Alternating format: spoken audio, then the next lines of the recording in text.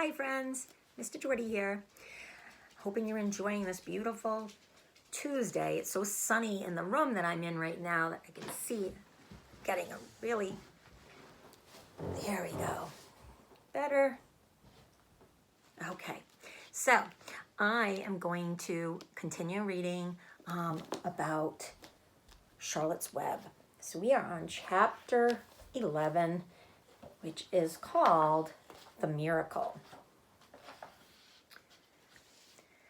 The next day was foggy.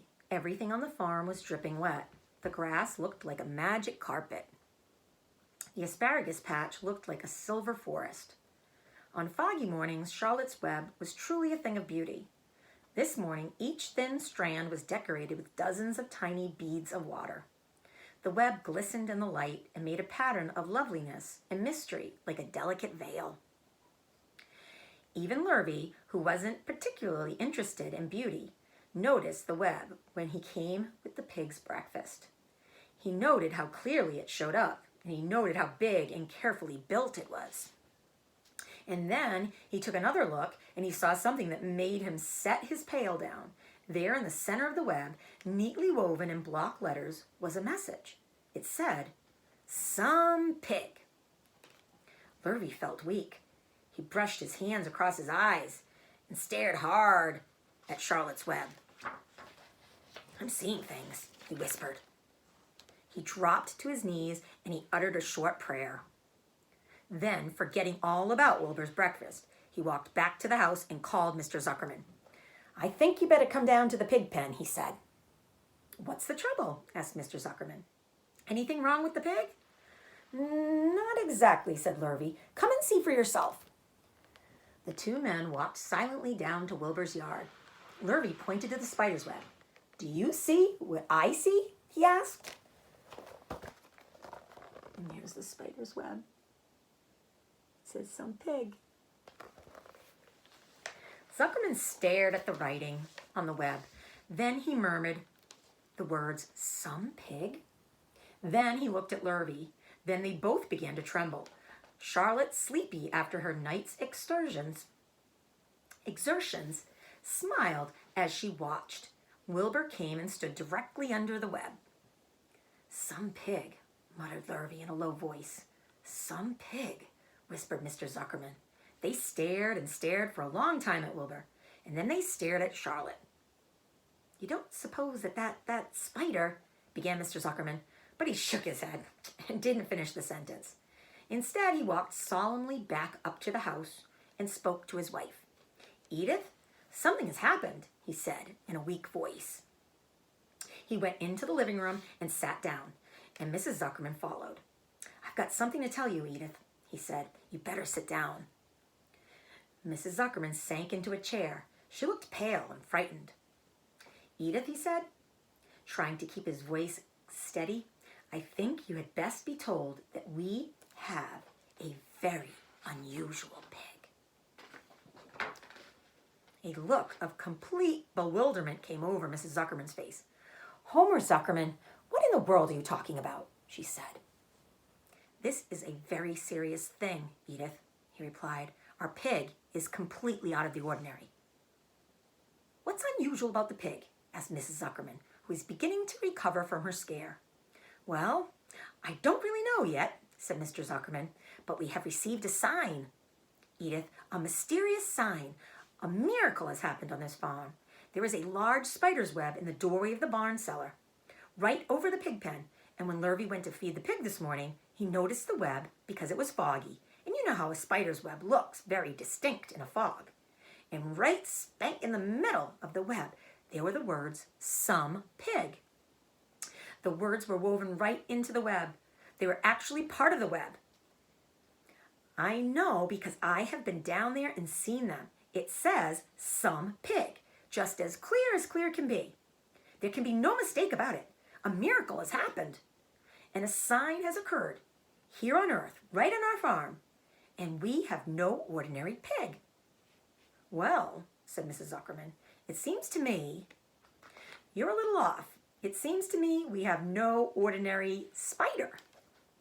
"Oh no," said Zuckerman. "It's the pig that's unusual." It says so, right there in the middle of the web. Maybe so, said Mrs. Zuckerman. Just the same, I intend to have a look at that spider. It's just a common gray spider, said Zuckerman. They got up and together they walked down to Wilbur's yard. You see, Edith? It's just a common gray spider. Wilbur was pleased to receive so much attention. Lurvy was still standing there, and Mr. and Mrs. Zuckerman, all three, stood for about an hour, reading the words on the web over and watching Wilbur. Charlotte was delighted with the way her trick was working. She sat without moving a muscle and listened to the conversation of the people. When a small fly blundered into the web just beyond the word pig, Charlotte dropped quickly down, rolled the fly up, and carried it out of the way. After a while, the fog lifted. The web dried off, and the words didn't show up so plainly.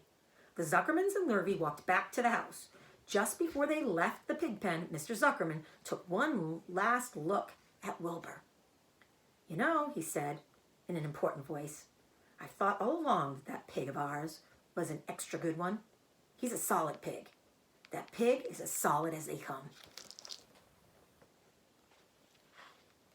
You notice how solid it is around the shoulders, Lurvy? Sure do. Sure I do, said Lurvy. I've always noticed that pig. He's quite a pig.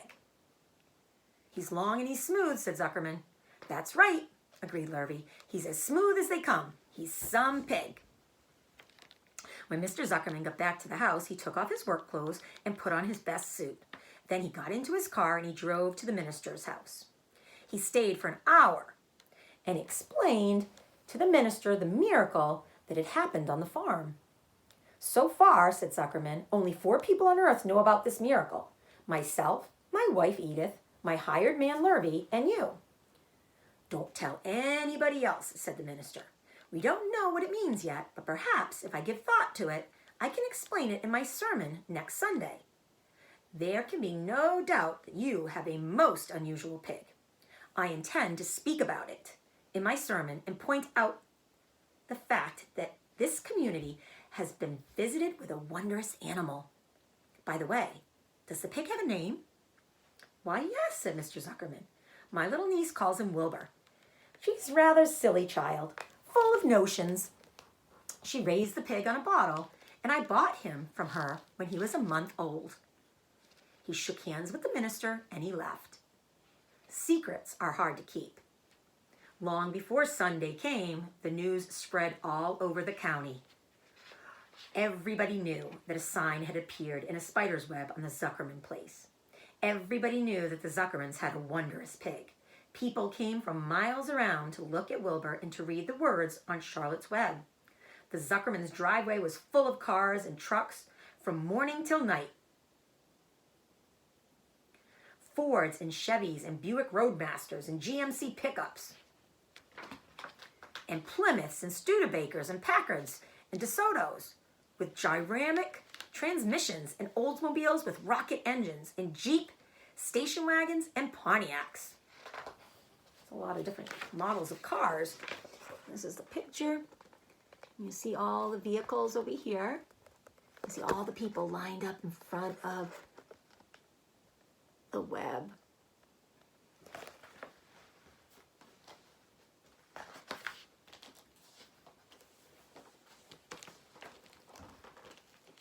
The news of the wonderful pig spread clear up to the hills, and farmers came rattling down in buggies and buckboards to stand hour after hour at Wilbur's pen, admiring the miraculous animal. All said they had never seen such a pig before in their lives. When Fern told her mother that Avery had tried to hit the Zuckerman spider with a stick, Mrs. Arable was so shocked that she sent Avery to bed without any supper as punishment. In the days that followed, Mr. Zuckerman was so busy entertaining visitors that he neglected his farm work. Neglected means he didn't do it. He wore his good clothes all the time now, got right into them when he got up in the morning. Mrs. Zuckerman prepared special meals for Wilbur. Lurvy shaved and got a haircut, and his principal farm duty was to feed the pig while people looked on. Mr. Zuckerman ordered Lurvy to increase Wilbur's feedings from 3 meals a day to 4 meals a day. The Zuckermans were so busy with visitors, they forgot about other things on the farm. The blackberries got ripe, and Mrs. Zuckerman failed to put up any blackberry jam. So put up means that they would pick the blackberries and she would make jam out of them, put them in cans. The corn needed hoeing, and Lurvy didn't find time to hoe it. On Sunday, the church was full. The minister explained the miracle. He said that the words on the spider's web proved that human beings must always be on the watch for the coming of wonders. All in all, the Zuckerman's pig pen was the center of attraction.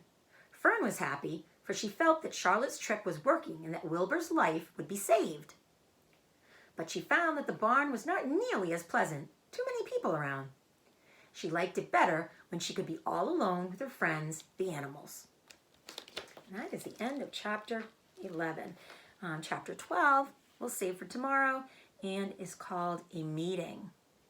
I wonder what that meeting is going to be about. You friends have a great afternoon. See you tomorrow.